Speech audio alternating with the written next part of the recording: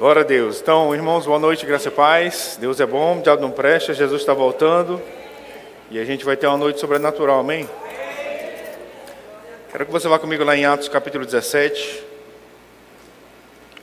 Vamos aqui no versículo 16. Atos capítulo 17. No versículo 16. Fica aí. Atos capítulo 17, no versículo 16, diz assim: Enquanto Paulo os esperava em Atenas, o seu espírito se revoltava em face da idolatria dominante na cidade. Por isso dissertava na sinagoga, entre os judeus e gentios piedosos, também na praça todos os dias, entre os que se encontravam ali. E alguns dos filósofos epicureus e estoicos contendiam com ele, havendo quem perguntasse: que quer dizer esta tagarela? E outros: parece pregador de estranhos deuses, pois pregava a Jesus e a ressurreição. Isso aqui o apóstolo Paulo está na segunda viagem missionária e ele vai para um lugar chamado Atenas, na Grécia. E Atenas naquele momento era a capital intelectual do mundo. As maiores mentes, as mentes mais brilhantes do mundo daquela época estavam ali. E quando ele chega lá, tem uns filósofos, epicureus, estoicos, e Paulo desceu e a Bíblia diz que eles contendiam com eles. Sabe, irmãos, ali foi uma discussão de alto nível intelectual e filosófico. Só para você entender mais ou menos qual era assim, o histórico do apóstolo Paulo. A história diz que existem duas grandes escolas de rabinos judeus na época do apóstolo Paulo. E a maior escola de rabinos judeus da época do apóstolo Paulo era a escola de Hilel. A escola de Hilel foi fundada por esse homem chamado Hilel. E só para você saber, Hilel era avô de Gamaliel. E Gamaliel foi o mestre, o rabino de Paulo. Então Paulo, ele era um judeu altamente intelectual e instruído na lei pela melhor escola que existia na época. Então Paulo não era qualquer pessoa. Sabe, a Bíblia dá a entender que ele falava aramaico, que era a língua que os judeus falavam entre si, falava grego, que era a língua do mundo, e falava hebraico, que era a língua do Antigo Testamento. Então, Paulo não era qualquer pessoa não, irmão. Paulo foi criado nos pés do neto do fundador da maior escola rabínica da época. Ele falava 3 idiomas, ele tinha uma bagagem intelectual, cultural altíssima. E quando ele desceu para Atenas, a Bíblia diz que foi uma discussão de alto nível. Mas isso foi no capítulo 17 de Atos. Lá no capítulo 18, você pode ir comigo lá? Só para você saber, eu não sei se você já ouviu falar, que não se sabe ao certo quem foi que escreveu a carta aos Hebreus. Amém? Você sabia disso? Então, não tem como saber quem foi que escreveu a carta aos Hebreus. Sabe, algumas pessoas dizem que por causa do grego refinado dessa carta e do conteúdo teológico dessa carta, eles costumam apontar que um possível autor foi o apóstolo Paulo.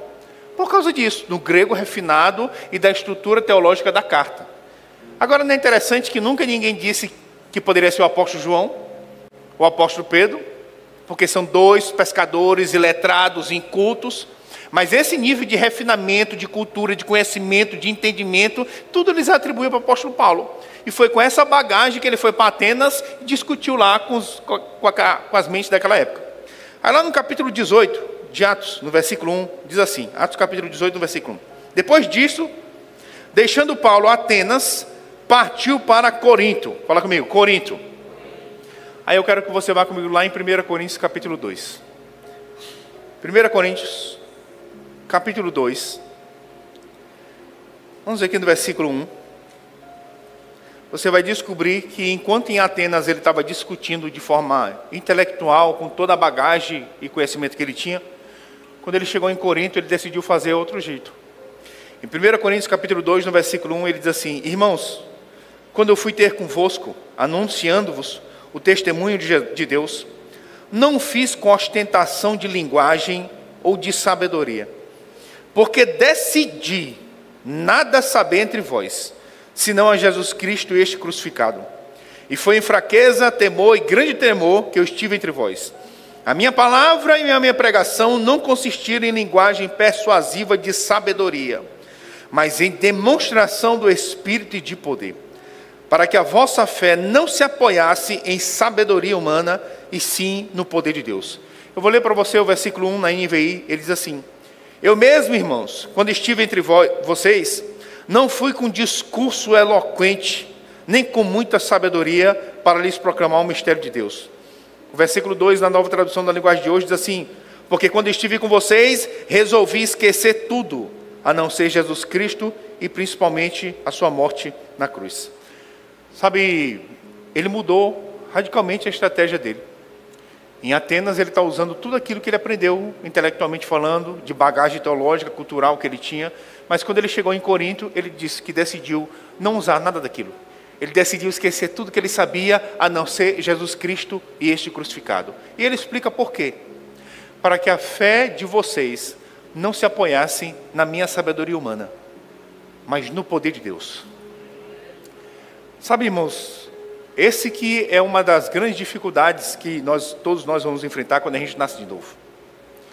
Porque você cada vez mais precisa desvincular, praticar o princípio da Bíblia pelo fato de você estar entendendo. Porque as pessoas elas querem praticar o que a Bíblia diz se ela estiver entendendo o porquê. Mas a Bíblia não manda você praticar porque você entende. A Bíblia manda você praticar porque está escrito. Então, se você entende ou não porque você está fazendo, você tem que fazer porque está escrito. E muitas pessoas têm relutância em praticar as disciplinas espirituais da Bíblia porque ela não entende. Eu não entendo como que eu fazer isso vai ser beneficiado. Você não faz porque você entende.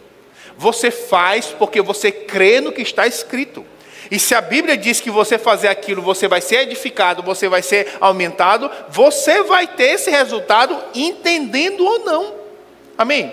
No versículo 14 aí de 2 Coríntios capítulo 2, no versículo 14, Paulo diz assim: ora, o homem natural, fala comigo, o homem natural, não aceita as coisas do Espírito de Deus, porque eles são loucuras, e não pode entendê-las, porque elas se discernem espiritualmente. Fala comigo, o homem natural não aceita, porque não entende. Esse negócio de aceitar o que está escrito, só se entender, isso é a coisa de homem natural. Você sabe o que é um homem natural? É o pecador que não nasceu de novo. Mas nós que nascemos de novo, a Bíblia nos chama de homem espiritual. Então o homem natural, aquele que não nasceu de novo, só quer acreditar se entender. Mas o homem espiritual crê porque está escrito. Então a gente vai ter que praticar o que a Bíblia diz, sem entender como que o resultado que a Bíblia promete vai acontecer. Porque, irmãos, você não faz porque você entende. Você faz porque está escrito. E se você fizer, entendendo ou não como aquilo vai funcionar, vai funcionar. Amém?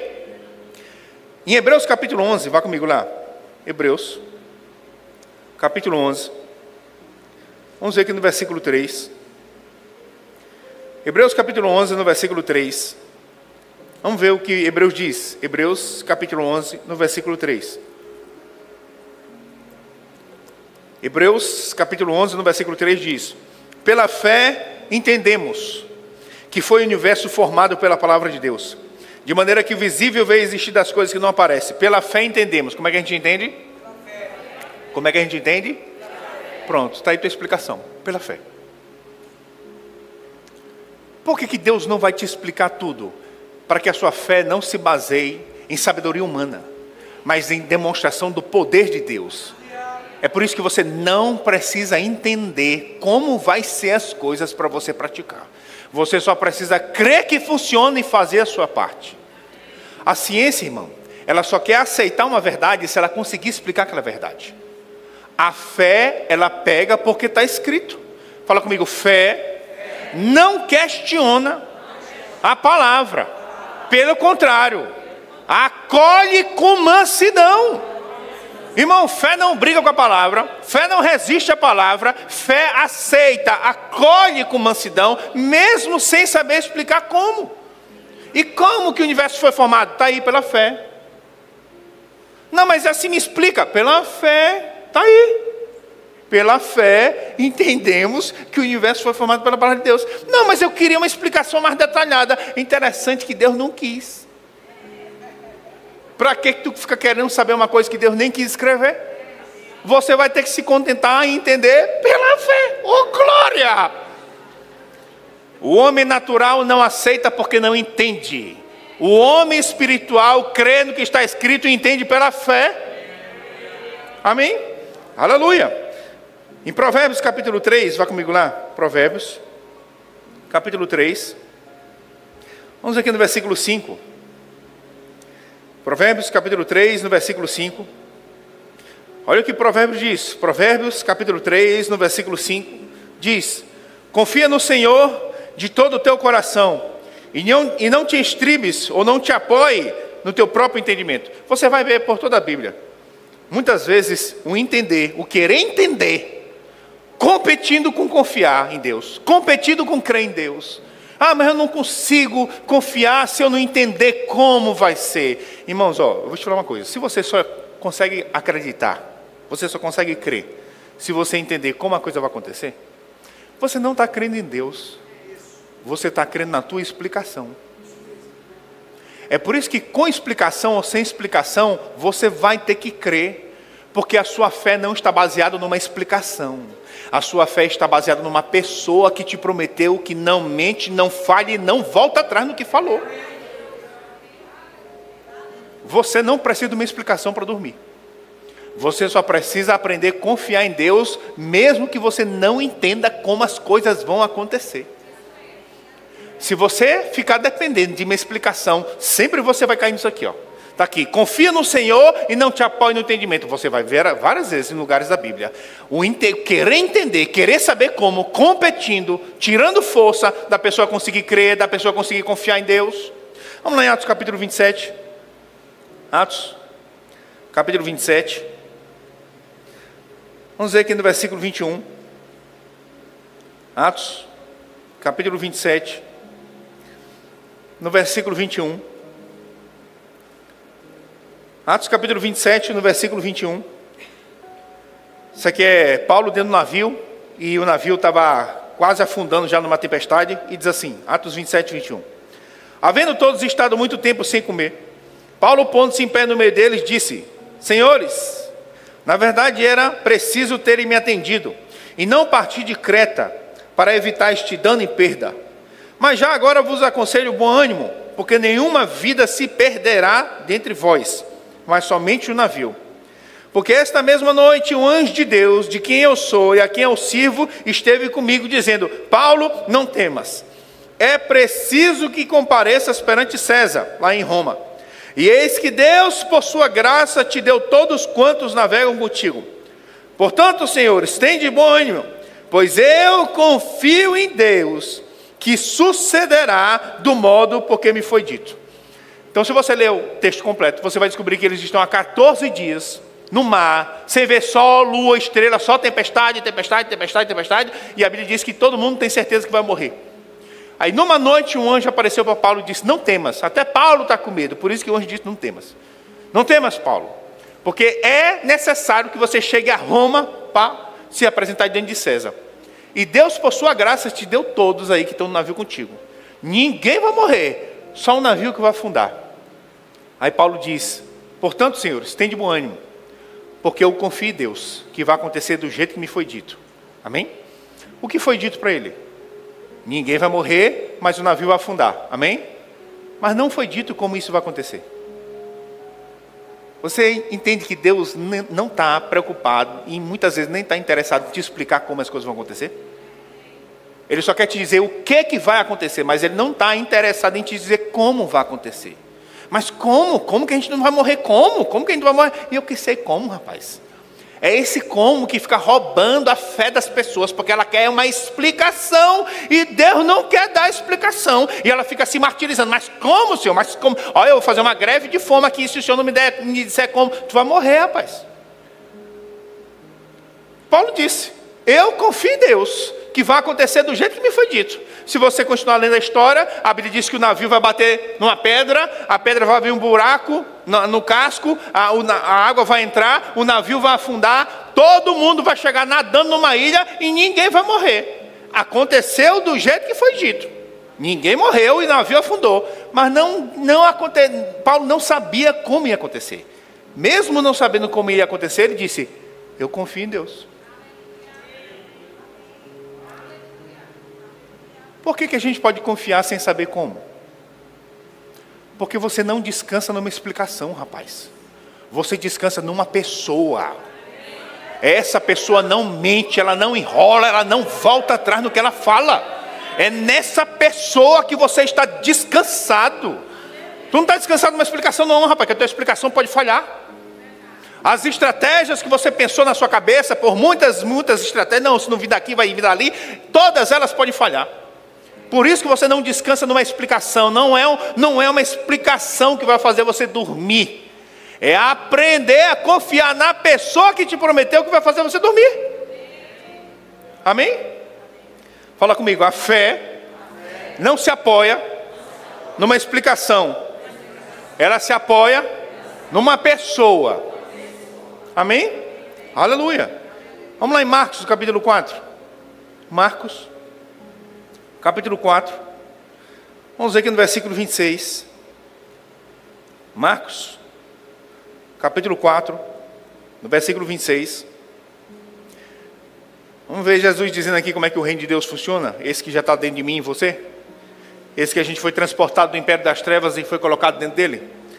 Marcos capítulo 4, no versículo 26, Jesus diz assim, disse ainda, o reino de Deus é, fala comigo, é. Não diz parece, ele diz que é.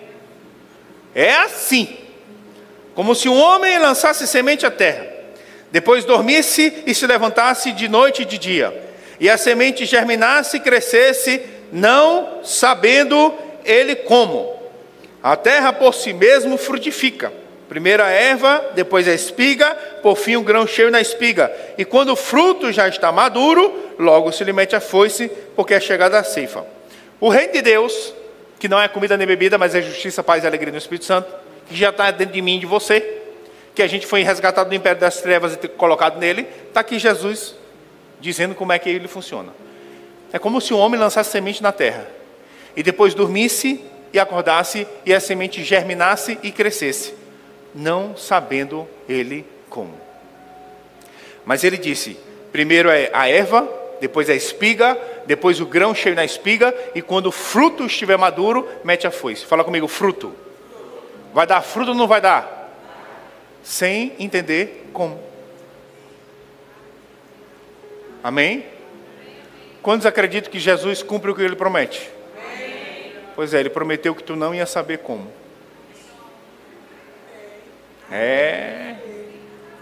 Então para de ficar, mas como, Senhor? Como? Mas como? E como? E como, Senhor? E como? Não sabendo ele como.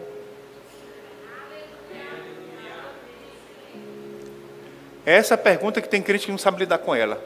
E o diabo massacra o crente o dia todinho. E como? E como? Como? Não, mas como? Que tu não tem nem R$1 na tua conta. Como? E como? É mesmo, né, diabo? Eu não tenho nem R$1. Aí, Deus. Aí ao invés da pessoa estar se alimentando da palavra, ela está conversando com o diabo, fazendo a mesma coisa que Eva. É mesmo, né, diabo? Eu não tenho nem R$1. E agora, diabo, que a pessoa que me emprestar o cartão disse que não vai mais me emprestar. E aí, diabo? É assim.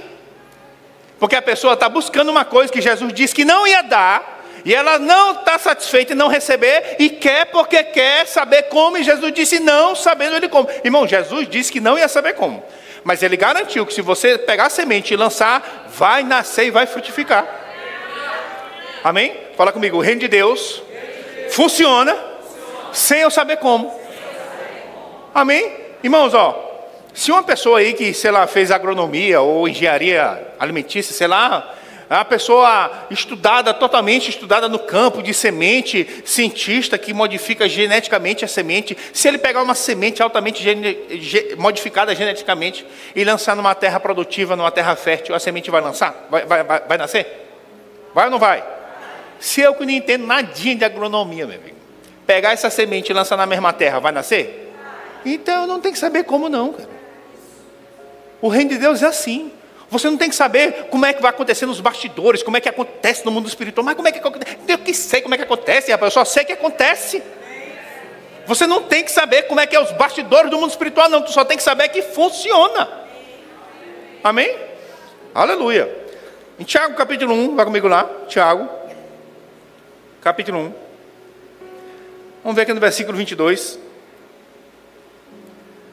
Tiago, capítulo 1, no versículo 22.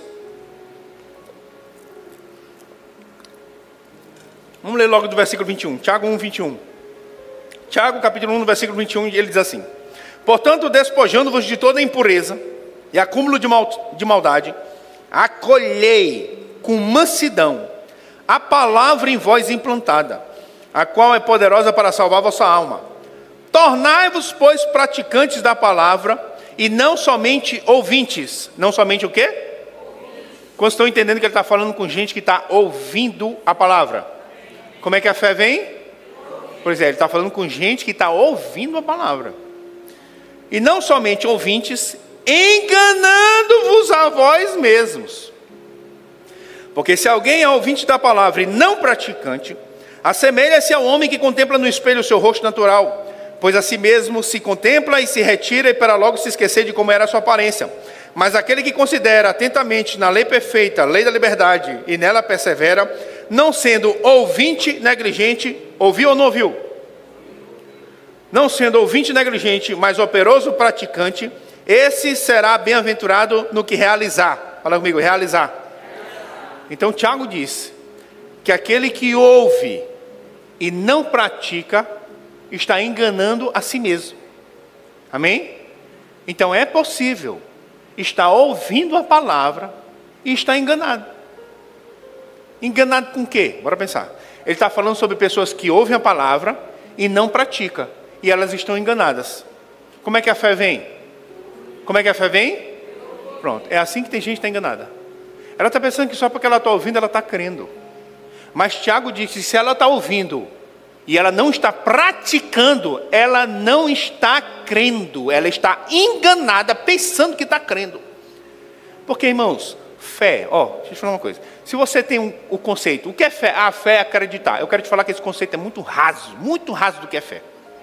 Se você for para Hebreus 11, você não precisa ir lá, no versículo 1 diz que, ora, a fé é a certeza das coisas que se esperam, e a convicção de fatos que não se veem. O que é fé? Fala comigo, certeza e convicção. Se você tem certeza e convicção numa coisa que a palavra diz, você vai estar praticando aquilo, irmão. Se você não está praticando, você não acredita, você não crê. Não, eu creio, mas não pratico. Tiago diz que você está enganado. Porque existe um estado mental onde a pessoa pode concordar mentalmente com a palavra. A gente chama isso de assentimento mental. Ele concorda mentalmente, mas ele não pratica. Por que ele não pratica? Porque ele não crê. Porque se ele tivesse convicção naquela verdade, aquela verdade estava na vida dele. Deixa eu te dar um exemplo. Bora supor aí que, sei lá, um desses influenciadores doidos aí, cheio de dinheiro, marcou de passar hoje, no dia dos namorados, 9 horas da noite, bem aí na porta, e vai jogar 100 mil reais em nota de 200. Se você tivesse convicção que esse cara ia passar aí daqui a 15 minutos, bem nessa avenida, e jogasse 100 mil reais em nota de 200 reais, tu ia para lá ou tu não ia? Tu ia ou tu não ia, irmão? Até eu ia. Você entende que a convicção vai fazer você fazer alguma coisa? Por isso que Tiago disse, mas aquele que nela medita e tem prazer, vai ser bem-aventurado no que realizar. Se eu não estou realizando nada com o que eu estou ouvindo, eu não estou crendo. Eu só estou ouvindo.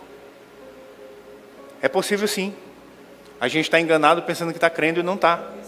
Como é que eu mostro? Como é que eu sei se eu estou crendo ou não? É só olhar para a tua vida, ver se você está praticando. Se você está realizando alguma coisa com aquela convicção, você está crendo. Agora, se você não está realizando, não está crendo, irmão. Ainda que tenha decorado o versículo. Ainda que você tenha decorado o versículo, ainda que você saiba explicar o princípio, se aquele princípio não está na sua vida, você não está crendo. Você está enganado pensando que está crendo, mas não está crendo. Tiago diz que aquele que ouve e pratica vai ser bem-aventurado no que realizar, porque fé vai fazer você fazer alguma coisa com aquela verdade. Vamos lá em 2 Coríntios capítulo 13. 2 Coríntios capítulo 13, no versículo 5. 2 Coríntios capítulo 13, no versículo 5. Sabe, às vezes tem gente que diz assim, não, eu creio que eu devo andar em amor. Eu creio que a gente deve andar em amor. Tu anda em amor? Não. Então tu não crê. Tu só decorou. É só isso. Rapaz, eu vou te falar uma coisa. Saber que é possível saber muitos conceitos da Bíblia e não estar crendo em nenhum conceito que decorou? Irmãos, é possível você decorar Marcos 11, 23. Porque em verdade vos afirmo que se alguém disser este monte, ergue-te, lance-te no mar, e não duvidar no seu coração, mas crê que se fará o que diz, tudo o que disser lhe será feito. É possível você decorar Marcos 11, 23. É possível você saber explicar Marcos 11, 23. E ainda assim é possível você decorar, saber explicar e não está crendo. Você confessa a palavra? Não crê, rapaz, não crê. Só decorou, só sabe explicar, mas não crê. Se não está na vida, não crê. Poucos amém, mas é amém assim mesmo. Vamos lá em 2 Coríntios capítulo 13. 2 Coríntios capítulo 13. Vamos ver aqui no versículo 5. 2 Coríntios capítulo 13, no versículo 5, diz: examinai-vos a vós mesmos, se realmente estáis na fé. Provai-vos a vós mesmos. Ou não reconheceis que Jesus Cristo está em vós?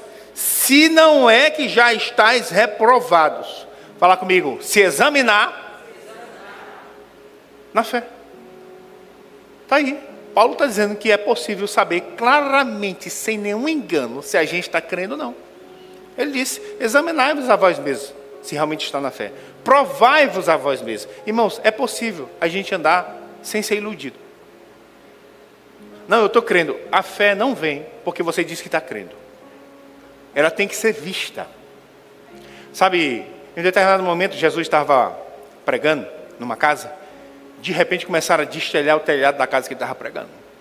Interromperam a pregação, bagunçaram o telhado da casa que ele estava. E aí, quando ele interrompeu a pregação, aí ele, rapaz, que arrumação é essa aí, rapaz? Jesus do Maranhão. Que arrumação é essa aí? De repente, a galera começa a tirar as telhas, aí vai baixando a cama, em cima da cama tem um paralítico. O texto diz, vendo-lhes a fé. Vendo-lhes a fé. E dá para ver fé? Não está escrito vendo-lhes a fé? Ó, mulher, grande é tua fé. Fala comigo, grande fé. Por que não podemos expulsá-lo? Por causa da pequenez da vossa fé. Fala comigo, pequena fé. Cadê a vossa fé? Fala comigo, cadê a fé? Fala comigo, sem fé, pequena fé, grande fé. E dá para ver? Dá, irmão, dá para ver, dá para ver. Não, fé é um negócio invisível que só Deus que sabe. Que nada, dá para ver. Dá para ver sim. Dá para a gente andar sem estar iludido. Dá para a gente se examinar. Dá para a gente se provar para ver se realmente a gente está na fé ou se a gente está enganado. Se aquela verdade está só na nossa cabeça, está só na nossa boca, mas não está na nossa vida, a gente está enganado, não está crendo não. Não está crendo não. Amém? Aleluia. Vamos lá em João capítulo 6. João, capítulo 6, no versículo 5. João, capítulo 6, no versículo 5. João 6,5, a multiplicação de pães e peixes, diz assim: então Jesus, erguendo os olhos e vendo que grande multidão vinha ter com ele, disse a Filipe: onde compraremos pães para lhes dar de comer? Mas dizia isto para o experimentar, porque ele bem sabia o que estava para fazer. Respondeu-lhe Filipe: não lhe bastariam 200 denários de pão para receber cada um seu pedaço? Um de seus discípulos, chamado André, irmão de Simão Pedro, informou Jesus: está aí um rapaz que tem 5 pães de cevada e 2 peixinhos. Mas o que é isso para tanta gente? Então tem uma multidão. E aí, rapaz, procura aí quem tem. Aí procura. Rapaz, tem um guri aí, tem um rapaz que tem 5 pães e 2 peixinhos. Aí ele faz um comentário: mas o que é isso aí, rapaz, para tanta gente? Não foi com isso aí que Jesus resolveu o problema? Sim ou não? Amém? Sabe por que pessoas não crê no poder da semente? Desprezam o ato de semear. Porque as pessoas estão igual ao André. ela não entende. Mas como? Como que 5 pães e 2 peixinhos vai resolver o problema dessa multidão? Porque ela não entende, ela não consegue crer, e porque ela não crê, ela despreza o poder de semear. Amém? Quantos aqui creem no poder da semeadura e da colheita? Pronto, agora respondo para você, não para mim. Tu crê mesmo ou tu está enganado? Dá para você saber. Aí, presente do dia namorado, dá para você saber. Dá para você saber, cara. Dá para você saber, dá para você viver sua vida sem estar iludido, sem estar enganado. É só ver se essa prática está na sua vida. Se ela não está na sua vida, você não crê não, rapaz. Você só decorou um conceito. Você só aprendeu, só não crê. Porque se crê, está na sua vida. Amém? Aleluia. Vamos lá em 1 Timóteo capítulo 2. 1 Timóteo capítulo 2. Vamos ver aqui no versículo 8. 1 Timóteo capítulo 2, no versículo 8. Olha o que Paulo diz aqui. 1 Timóteo 2, 8. Quero, portanto, que os varões orem em todo lugar, levantando mãos santas, sem ira e sem animosidade. Outra versão diz sem ira e sem contenda. Fala comigo, levantar mãos santas, sem ira nem contenda. Pronto. O que são mãos santas? Aí ele falando, são mãos que não têm envolvida com ira nem contenda. Agora Paulo não disse, eu quero que os homens tenham mãos santas. Não está escrito isso, lê aí. Está escrito, eu quero que os homens levantem mãos santas. Então não tem só que ter mãos santas sem ira e sem contenda. Tem que levantar essas mãos. Amém? Faz assim comigo. Quantos concordam que isso aqui cansa? Cansa, cansa. Para que eu vou ficar aqui me cansando? Como que esse negócio bem aqui vai me beneficiar? Pronto. É por isso que o povo não levanta. Porque ela não entende, a pessoa não entende. Mas como que isso aqui, só isso aqui vai me beneficiar? Não, isso aqui só me dá canseira. É por isso que tu vê o ministro de louvor aqui, ó. Aqui não, nas igrejas de Marte. Aleluia, glória a Deus. Vamos, irmãos, feche os olhos, levante as mãos, levante a mão. Aí ele, levante as mãos, chega a saber até, levante as mãos. Aí com muito esforço, aí alguns levantam a mão e 2 minutos depois, vai, irmãos, vai. Por quê, irmão? Porque a gente só quer praticar sem entender. Ainda mais quando é um negócio que vai exigir esforço, porque isso aqui exige esforço, meu amigo. Fica 5 minutos assim para te ver. Aí, não, mas eu não entendo, eu não concordo. E quem disse que a Bíblia foi dada para você concordar? A Bíblia foi dada para você crer e praticar o que está escrito. Agora bora lá em Êxodo 17, rapidinho. Êxodo, capítulo 17. Êxodo, capítulo 17, no versículo 10. Êxodo, capítulo 17, no versículo 10. Está aqui Israel indo para uma batalha contra os amalequitas. Vamos ver o que aconteceu aqui. Êxodo capítulo 17, no versículo 10. Diz assim: fez Josué como Moisés lhe dissera, e pelejou contra Amaleque. Moisés, porém, Arão e subiram ao cimo do outeiro. Quando Moisés levantava a mão, Israel prevalecia. Quando, porém, ele abaixava a mão, prevalecia Amaleque. Ora, as mãos de Moisés eram pesadas. Por isso, tomaram uma pedra e a puseram por debaixo dele, e ele nela se sentou. Arão e sustentavam-lhes as mãos, um de um lado e o outro do outro. Assim lhe ficaram as mãos firmes até o pôr do sol. Até o pôr do sol, moço. Não foi só uma ou 2 músicas, não. E Josué desbaratou a Amaleque e a seu povo a fio de espada. Não é interessante que o texto diz que quando Moisés levantava as mãos, Moisés está em cima do monte aqui, ó.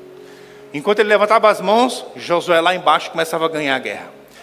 Mas as mãos de Moisés são muito pesadas, igual a nossa, não é? A toda é pesada?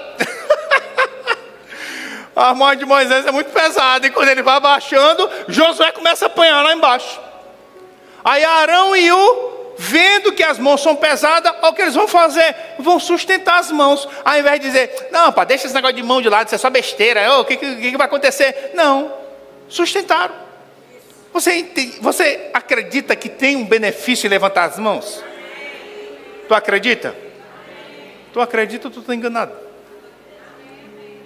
É só você ver para a sua vida. Sabe, é isso que eu tenho no meu coração essa noite. Para te incentivar você a praticar as coisas que a Bíblia diz. Não porque você entende, mas porque você crê. E se você crê, vai estar praticando sem entender. Mas eu não entendo como que eu levantar a mão vai me beneficiar. Você é crente, irmão. Crente crê. Fala comigo. Passarinho voa, peixe nada e crente crê. Eu nunca vi o peixe dizendo, por que eu tenho que nadar? Não, eu não concordo que eu tenho que nadar. Nada aí. Mas o crente, não, por que eu tenho que fazer? Porque tu é crente, rapaz. Crente crê. Amém? Vamos lá em Isaías capítulo 28. Isaías capítulo 28. No versículo 11. Isaías capítulo 28, no versículo 11. Diz assim, Isaías capítulo 28, no versículo 11. Pelo que por lábios gaguejantes e por língua estranha falará o Senhor a este povo. Lábios gaguejantes e língua estranha. Fala comigo, língua estranha. Como é o nome da língua? Não, como é o nome da língua? Pronto. Sabe, tem muitos anos que eu oro por pessoas para receber batismo no Espírito Santo. Eu já encontrei na vida de pessoas várias dificuldades. Um não recebe porque aprendeu errado, que não é para todo mundo, é só para quem Deus escolhe. Outro não recebe porque acredita que isso não é mais para hoje, é só para o livro de Atos e tal. Tem várias razões porque pessoas não recebem. Mas eu vou te falar uma das razões que mais eu encontro porque as pessoas não recebem. Sempre quando a gente vai orar por pessoas para receber o batismo do Espírito Santo, a gente faz o que o livro de Atos diz. A gente impõe as mãos sobre elas, o Espírito Santo vem sobre elas e vai conceder as línguas. E como é o nome da língua? Pronto. Esse que é o maior problema que eu vejo. A pessoa quer entender a língua para ela falar. Aí como ela não entende, ela não tem a coragem e a fé para falar. Mas como é que eu vou falar uma coisa que eu não entendo? Criatura, o nome da língua é estranha. Tu quer entender o que aí, rapaz? Tu quer entender até a língua estranha? A pessoa só quer praticar se ela entender. Muitas e muitas vezes você vai ver esse tipo de procedimento atrapalhando Deus fazer o que Ele quer. Porque a pessoa bota o entendimento no meio. Não, se eu entender, eu creio. Se eu entender, eu recebo. Não, se você crê, você pega. Se você crê, você vai fazer. Vamos lá em 1 Coríntios capítulo 14. 1 Coríntios capítulo 14. Vamos ver aqui no versículo 4. 1 Coríntios, capítulo 14, no versículo 4. Sabe, eu acho interessante, porque não tem nenhum capítulo inteiro na Bíblia falando, por exemplo, sobre os dons de cura. Não tem.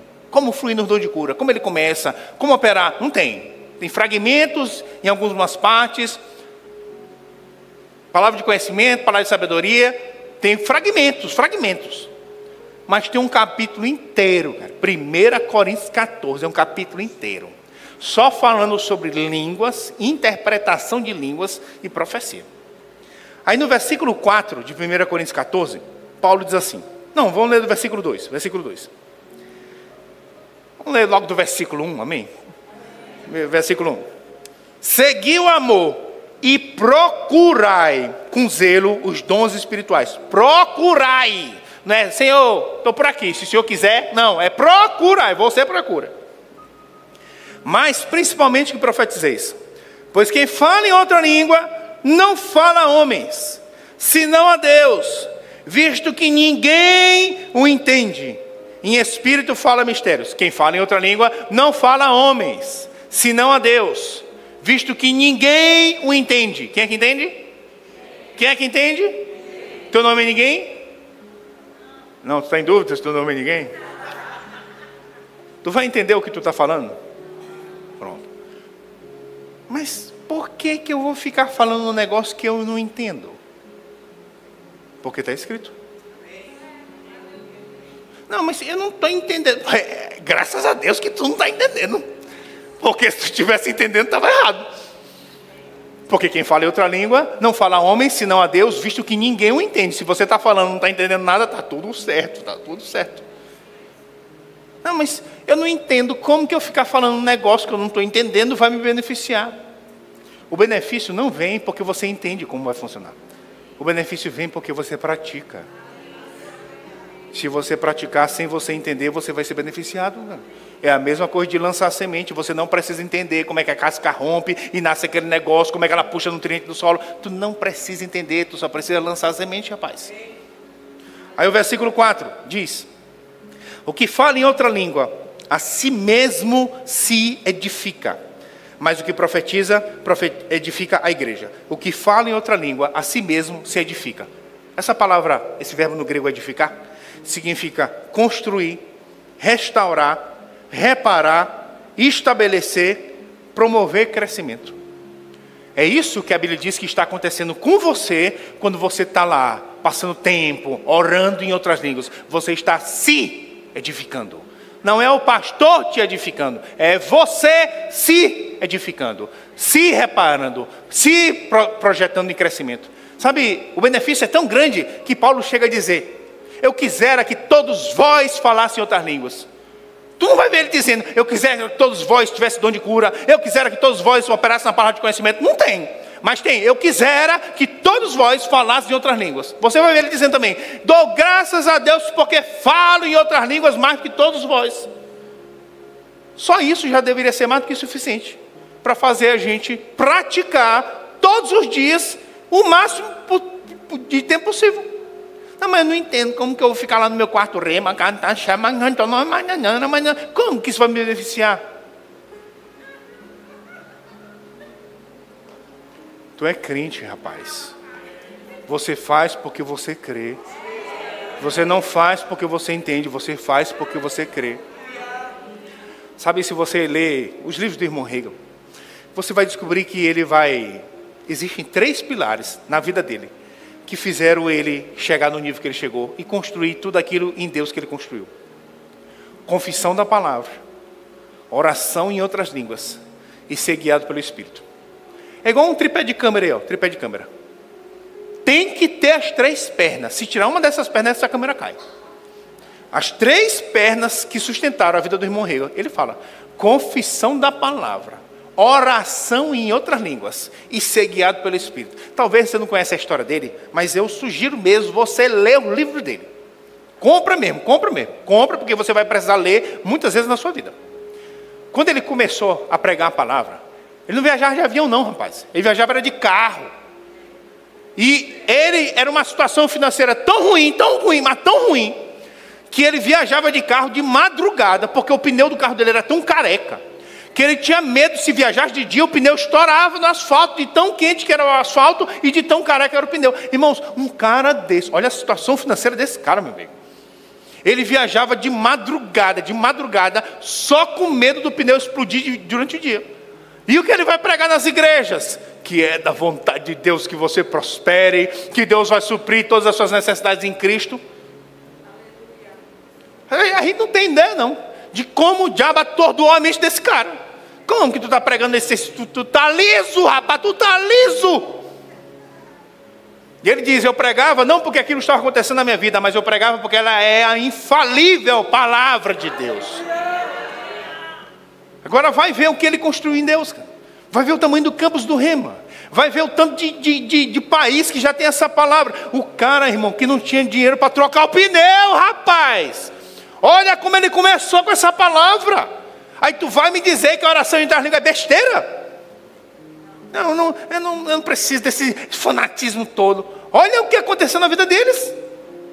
Olha o que Paulo diz: eu quisera que todos vós falassem outras línguas. Graças a Deus que eu falo em outras línguas mais do que todos vocês. Isso não é mais do que suficiente, irmão, para fazer a gente entrar num quarto e se trancar e orar em outras línguas, mesmo sem entender como aquilo vai me beneficiar. Não, você não precisa, você não precisa de uma novidade não, rapaz. Você só precisa praticar aquilo que você diz que está crendo. Só isso, é só isso. Olha, eu vou te falar uma coisa.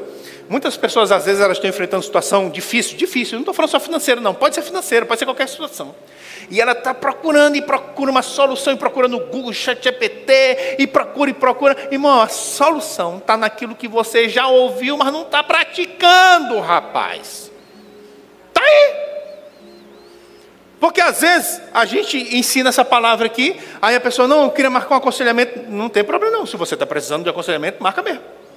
Eu queria marcar um aconselhamento, tá? Aí quando chega lá no aconselhamento, ela está pensando que no aconselhamento, a gente vai dizer uma manha para ela, que não disse aqui no púlpito. Não, pastor, é porque eu queria que você dissesse a manha, porque eu sei que o senhor não entrega a manha para todo mundo. A manha, que manha, rapaz? Tem manha não, rapaz. A manha é você praticar o que você está ouvindo. Amém? Quantos creem que a oração em outras línguas faz essas coisas por nós? Ontem, agora responde para você mesmo. Tu crê mesmo ou tu está enganado? É só você olhar para a sua vida, para o seu dia a dia.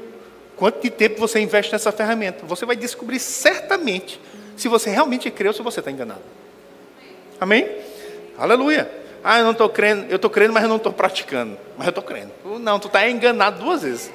Paulo disse que você está enganado e Tiago também disse que você está enganado. Sabe, quando eu me converti, eu consegui instantaneamente assim largar algumas coisas erradas que eu fazia. Mas teve uma coisa que eu não conseguia largar, que foi cigarro. E eu fumava 2 carteiras por dia, 40 cigarros. Se eu acordasse de manhã cedo e fosse dormir meia-noite, eu fumava 3, 60 cigarros. E aí eu me converti em dezembro. Em março eu já estava no remo, cara. E aí fumando, cara, eu vinha pro remo, eu fumava, senhor.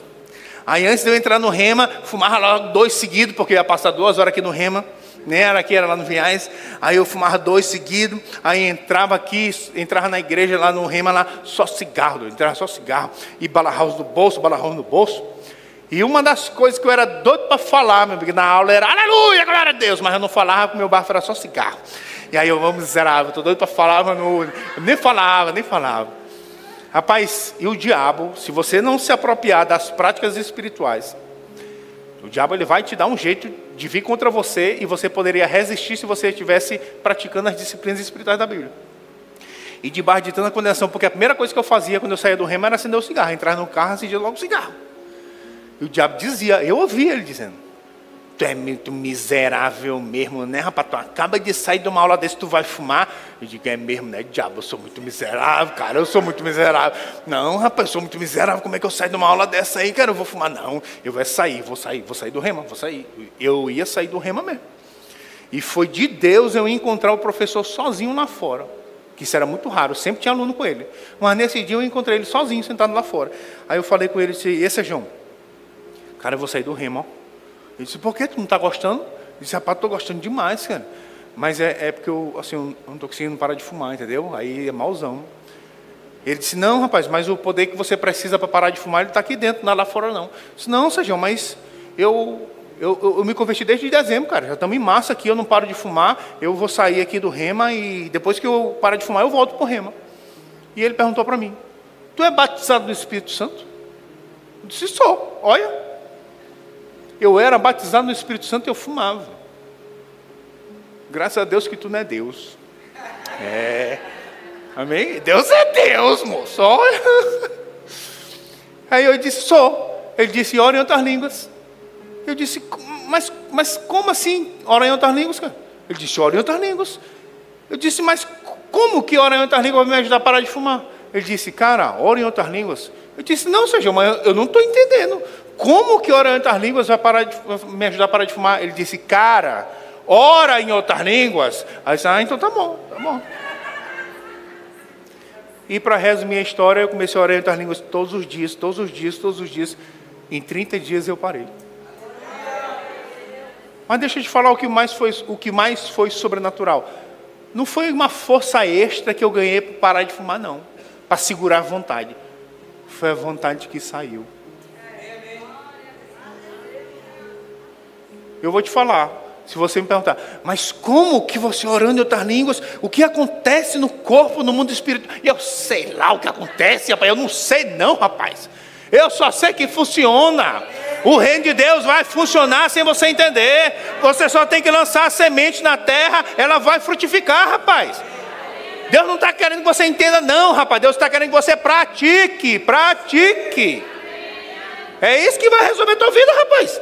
Não adianta você saber explicar todos os princípios, tu não faz nada, isso não vai resolver nada da tua vida, rapaz. Amém? Aleluia. Então, para a gente Já ir finalizando, né? Vamos lá em Salmos capítulo 1. Salmos capítulo 1. Vamos ver aqui no versículo 3. Salmos capítulo 1, no versículo 3. Sabe, o apóstolo Paulo diz, se não precisa ver lá, em Gálatas 6:9. Ele diz: não nos cansemos de fazer o bem, porque a seu tempo ceifaremos, colheremos, se não desanimarmos. Olha o que ele diz: não se canse de fazer o bem, porque você vai colher, se você não desanimar, se você não desfalecer. Então, se você continuar praticando, é certo que vai acontecer. A única possibilidade de não acontecer é se você se cansar e parar de fazer. Por isso que ele diz: não nos cansemos, porque vamos colher se não desfalecer. Se você não se cansar e se você não se desanimar, mas se você continuar praticando, é certo, cara, é certo que vai acontecer. Amém? Agora, você sabe quando é que a gente desanima? Quando é que as pessoas desanimam? Não é quando está colhendo, não. Quem é que está desanimado para colher? Ah, não, estou tão cansado, não quero colher. Não, quem é que está desanimado para colher? Ninguém está desanimado para colher. O desânimo não vem quando a colheita está pronta. O desânimo vem quando tu está plantando e não está vendo colheita. E planta, meu amigo, e planta, e planta, e planta, e cadê, moço, cadê? E planta, cadê, seu rapaz? Eu estou para desistir aqui, cadê? Doido? É nessa hora que o desânimo vem. É quando tu está confessando a palavra, confessa, e o negócio só está piorando, e tu confessa. É nessa hora que o desânimo vem. É quando você está lá, deixa de fazer outras coisas para ir se trancar num quarto e mas não acontece nada. É nessa hora que o desânimo vem. É por isso que ele diz: não se canse, porque vai acontecer se você não desfalecer. Irmão, se você perseverar por tempo suficiente, não tem como não acontecer. Em Salmos capítulo 1, no versículo 3, diz assim, Salmos capítulo 1, no versículo 3. Esse aqui é o homem que medita na lei dia e de noite, é como árvore plantada junto à corrente de águas, que no devido tempo dá o seu fruto, e cuja folhagem não murcha, e tudo quanto ele faz prosperará. Plantado junto à corrente de águas, que no devido tempo, tem um tempo certo, vai dar o fruto. A folhagem não murcha e tudo que ele faz. Por que ele faz? Porque ele crê. Por isso que ele está fazendo. E tudo que ele faz prosperará. Amém? Fala comigo, no devido tempo. Deus não planejou a semente para na hora que ela é plantada, já começar a dar fruto. Não é assim que Deus planejou. E Deus está dizendo que nós, que meditamos na palavra do Senhor de dia e de noite, é como uma árvore plantada junto à corrente de águas, que no devido tempo, não é hoje, talvez nem é amanhã, talvez nem é semana que vem, mas se ela continuar puxando da onde ela foi plantada e fazendo, vai chegar o tempo do fruto. Jesus disse que o homem que ouve as minhas palavras e as pratica é como um prudente construtor que abriu profunda vala e cavou e jogou os alicerces da sua casa sobre a rocha. E quando as chuvas vieram e os rios transbordaram, porque no mundo tereis aflições e não tem como não ter, deram com ímpeto contra aquela casa, mas ela não foi abalada. Mas o que ouve e não pratica, ele também edificou a casa dele, só que sobre a areia. E quando a mesma chuva caiu e os rios transbordaram, deram com ímpeto contra aquela casa, e grande foi a sua ruína. Qual é a diferença da casa que fica em pé para a casa que vai ser levada? É porque aqui fica em pé, antes dele construir a casa, primeiro ele vai ficar cavando, profundo, cavando. Irmãos, naturalmente falando, a casa se constrói para cima, não é para cima? Mas ele vai passar um tempo considerável cavando para baixo. E é assim que pessoas pensam. Mas para que eu vou ficar gastando tempo nisso aqui, se o que importa é o que eu vou levantar? Pronto. para na hora que você levante, não caia. Sim, irmão, Deus quer que a gente dê fruto. Amém? Deus quer que tudo que a gente faça prospere. Amém? Mas Deus não quer que quando der uma ventania, a nossa casa caia. Deus não quer que quando der uma enchente, a nossa casa seja levada. Você sabe o que vai sustentar os frutos, os resultados que Deus tem para a sua vida? É essa estrutura interna que você cria, enquanto você está praticando a palavra e não está vendo o resultado. Mas você fica lá, e confessa a palavra, e semeia, e ora em outras línguas, e anda em amor, e faz tudo que a Bíblia diz sem ver nenhum resultado. Mas uma hora o resultado vai começar a aparecer. Só que quando ele começa a aparecer, antes foi construída uma estrutura por dentro. E essa estrutura vai segurar os resultados que Deus tem para você. Amém? É por isso que você tem que praticar, mesmo sem ver resultado. Porque o reino de Deus é assim, é como se um homem lançasse semente na terra, e depois dormisse e acordasse, de noite e de dia. Fala comigo, de noite, de dia. Fala comigo, de noite. Fala de novo, de dia. Fala aí, de noite, de dia. Irmãos, vão passar muitas noites e muitos dias sem você ver o fruto. Mas está lá, praticando, e muitas noites, muitos dias, praticando, e porque você não se cansou, e porque você não desanimou, o fruto vai chegar. Pronto. Você não precisa buscar solução em nenhuma outra estratégia. É só você praticar por tempo suficiente que você vai ver o resultado na sua vida. Amém? Aleluia. Você pode ficar de pé. Aleluia. Oh, glória. Aleluia. Aleluia, aleluia. Sabe, às vezes você pode ser que está acostumado com ver esses vídeos curtos aí, Reels. Aí o Reels é assim. Está assistindo, em 2 segundos, não gostou? Passa. Mas com Deus é assim, em 2 segundos não gostou, continua. Aí deu 3 segundos, continua. 5 minutos já que eu estou assistindo esse vídeo, nada interessante, não está acontecendo nada, continua. Continua. Irmãos, não vai dar para você pular a etapa com Deus, não. Não estou gostando de esperar. Não tem como passar, não tem. Tu vai ter que ficar aí. Ficar, perseverando, sem desanimar, sem se cansar. Uma hora vai chegar a parte boa do vídeo. Se você perseverar por tempo suficiente, vai chegar a parte boa do vídeo. Amém? Aleluia. Pai, eu te louvo, Senhor, por essa noite, Pai. Obrigado, Pai, pelos nossos olhos espirituais iluminados, Pai. Para que a gente não menospreze todas as ferramentas e armas espirituais que o Senhor deixou à nossa disposição, Pai. Eu te dou graças por cada um de nós, Pai, se tornando habilidoso, Pai, com as disciplinas espirituais, Pai. Obrigado, Pai, por cada um de nós se tornando, Pai, fiel e habilidoso com as práticas espirituais. Eu declaro, Pai, essas práticas espirituais cada vez mais solidificadas nas nossas vidas. E a nossa vida demonstrando que a gente crê. Não apenas que a gente decorou, que a gente aprendeu, mas que a gente crê.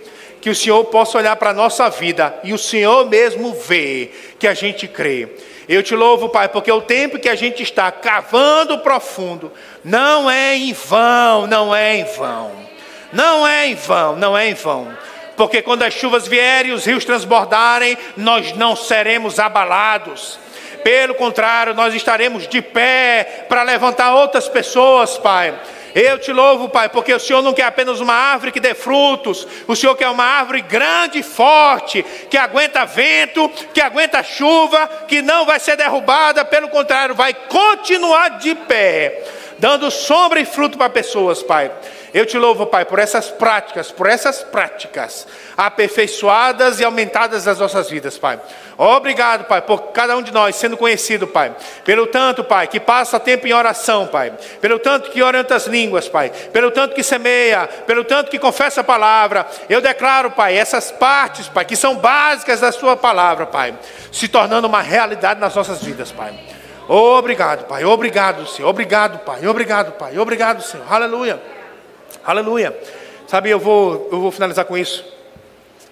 Uma vez a pessoa perguntou assim para mim: onde é assim que tu semeia? Porque, assim, eu queria começar a colher assim, que nem tu colhe. Eu disse, você não, cara. Ou eu ajudo no rema.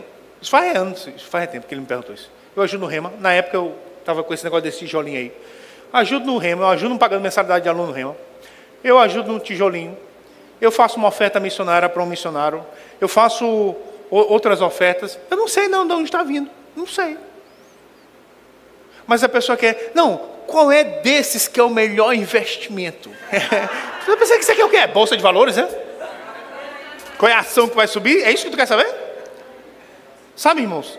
Por um tempo você vai fazer. Não adianta eu te dizer, cara, faz assim, ó, faz aqui. Porque a pessoa quer fazer hoje e amanhã ela quer ver funcionar. Se não viu, não funciona. Não, você vai ter que fazer. E vai passar dia, noite, sem cansar, sem desanimar, até começar a nascer. Amém? Mas eu vou te falar, se você criar o hábito de fazer sempre, eu não estou falando só de semear não, falando das práticas espirituais. Se você começar o hábito de fazer sempre tu vai ter colheita, cara. Você sabe quem sempre tem colheita? Quem sempre planta. Você sabe o que vai acontecer se você plantar só uma vez e colher só uma vez? Tu vai precisar de um milagre de novo. Toda hora está precisando de um milagre. Toda hora. E Deus não é Deus do milagre. É, claro que é. Mas Deus também dá sabedoria e princípio na palavra para a gente não estar precisando de milagre toda hora, irmão. Tem coisa que pode ser evitado. É só você entrar num fluxo. Se você mantiver constante no fluxo, sempre você vai ter. Se você se mantiver constante confessando a palavra, se você se mantiver constante orando em outras línguas, sempre você vai ter resultado, rapaz, sempre. Sabe, eu vou acabar com isso. Aleluia. Não me responda não, responda bem para você agora mesmo. Todo testemunho que tu vai contar é de 1937? Tu não tem nada novo para contar não, rapaz? Não, quando eu aceitei Jesus em 1945, foi tão glorioso, amém, graças a Deus. Mas não aconteceu mais nada. Irmãos, a vereda do justo que a gente não é de fé em fé, de glória em glória, não é para ir brilhando mais e mais. Não, irmãos. Se todo testemunho que a gente conta é de 5, 10, 15 anos atrás, tem alguma coisa errada. Tem alguma coisa errada. Essa é uma noite para a gente analisar mesmo. Se a gente está crendo mesmo, ou se a gente está enganado com relação à nossa fé. Amém? Aleluia. Oh, glória a Deus. Aleluia.